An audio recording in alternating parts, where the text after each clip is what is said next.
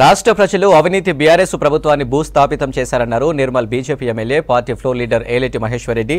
BRS ప్రభుత్వం కుంభకోణాలపై CBI విచారణ చేపిస్తామన్న రేవంత్ రెడ్డి అధికారంలోకి రాగానే స్పందించడం లేదన్నారు. నరేంద్ర మోదీ నాయకత్వంలో భారత్ బలమైన ఆర్థిక శక్తిగా మారిందన్నారు.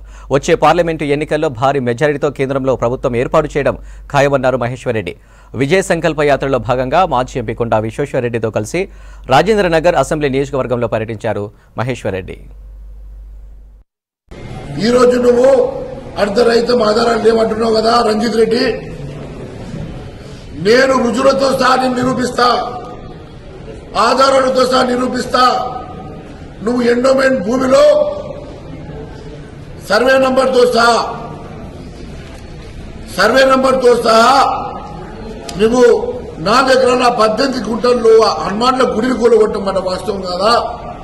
షేక్పేట్ గ్రామంలో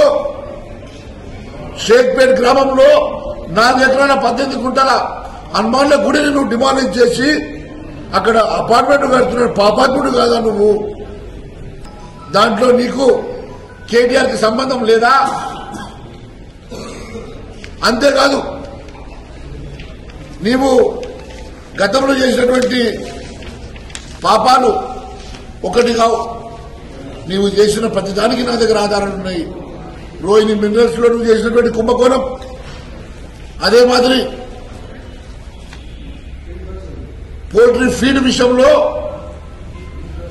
మొక్కజొన్నల కొనుగోలులో కూడా కుంభకోణం. నీ జాతకం నా దగ్గర ఉన్నది.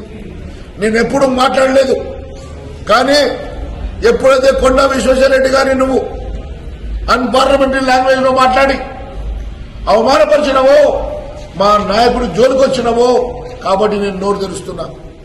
నువ్వు బహిరంగ క్షమాపణ చెప్తే వదులుతా, లేకుంటే బిడ్డ నీ బండారాలు బయట పెడతా. అసెంబ్లీ సాక్షిగా ప్రతి రుజువు బయట పెట్టి నిన్ను బొక్కలు తొలిస్తా. నువ్వు అనుకుంటున్నావు మేము కామ్గా ఉంటే ఆధారాలు లేవనుకుంటున్నావు. ప్రతి ఆధారాలతో వస్తా. నువ్వు కేటీఆర్ గారు ఎక్కడికి వస్తారో చెప్పండి, ఏ న్యూస్ ఛానల్కి వస్తారో చెప్పండి, ఎక్కడ బహిరంగ చర్చకు వస్తారో చెప్పండి. నేను ఆధారాలతో వస్తా, నిరూపించడానికి సిద్ధంగా ఉన్నా.